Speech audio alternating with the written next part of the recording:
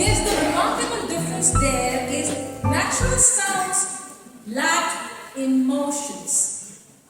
They create an emotional response in us, but they lack emotions. There are no emotions there, they're just sounds.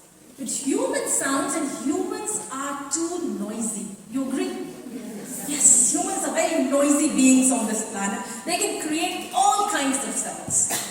There was coughing, screaming, cooing, farting, snoring, everything. Even when the baby was cooing or the little boy said, "I love you, Dad," there were emotions there. That is the remarkable difference between sounds of nature and the human sound. Okay? But in the human sounds also, you will like some sound and you will not like some sound. And that's why we say, "She doesn't sound great. I don't like his voice. She's so boring. He's so hyper."